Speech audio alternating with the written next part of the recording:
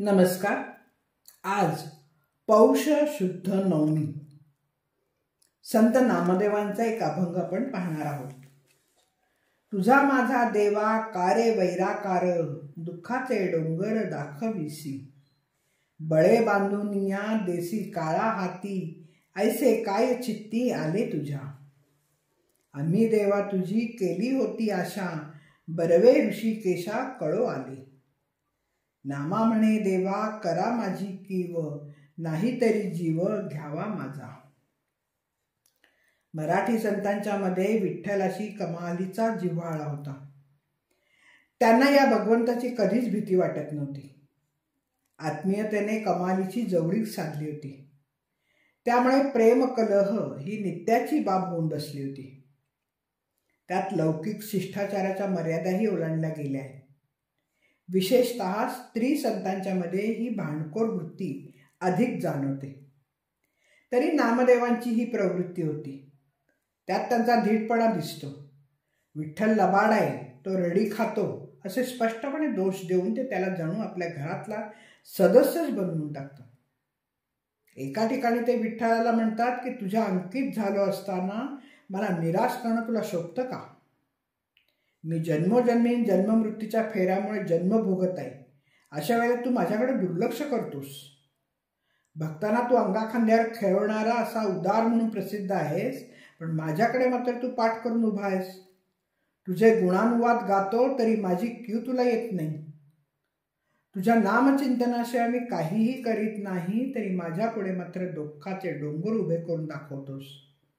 अरे देवा, माझ्याशी असा वैरभाव का. मला तू जबरदस्तीने काळाच्या हाती का देतोयस. त्याच्या तावडीत का बांधलंयस. माझ्याविषयी असा दुराभाव तुझ्या मनात का आहे. माझं काय चुकलंय. मी तर तुझ्यावर पूर्णतः अवलंबून आहे.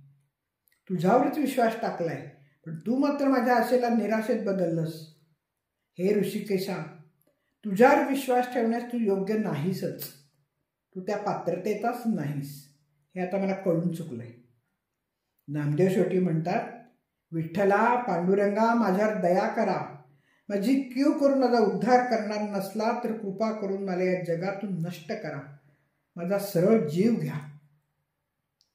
नामदेवांच्या या अभंगामध्ये परमेश्वराच्या कृपाभावामुळे त्रस्त होऊन नामदेव उद्वेगानं बोलताना आढळतात. तरी जीव घ्यावा याचा अर्थ माझ्या ठाई असलेला द्वैत भाव नष्ट करून फक्त तुझ्याजवळ घे. हे द्वैत घालवावे म्हणून त्यांचे भांडण आहे.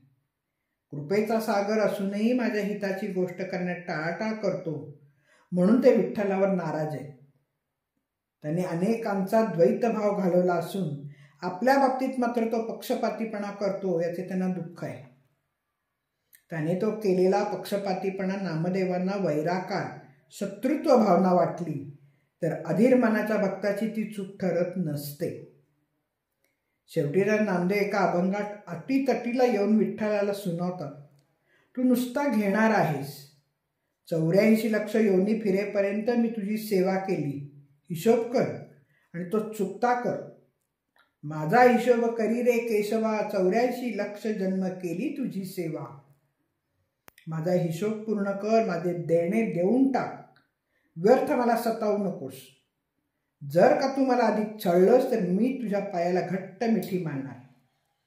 नामा म्हणे मज खवळीसी वाया, पिसाळलो तरी झोंबेन तुझ्या पाया. अशा प्रेम कलहाला आध्यात्मिक रूपकांची आंतरिक प्रेमाधार असते.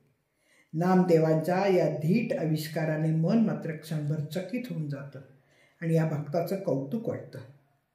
रामदास स्वामी म्हणतात, नसे लोभ ना क्षोभ ना दैन्यवाणा, यही लक्षणी जाणीजे योगी राणा. धन्यवाद. मी सौभाग्यवती पल्लवी कुलकर्णी. नमस्कार.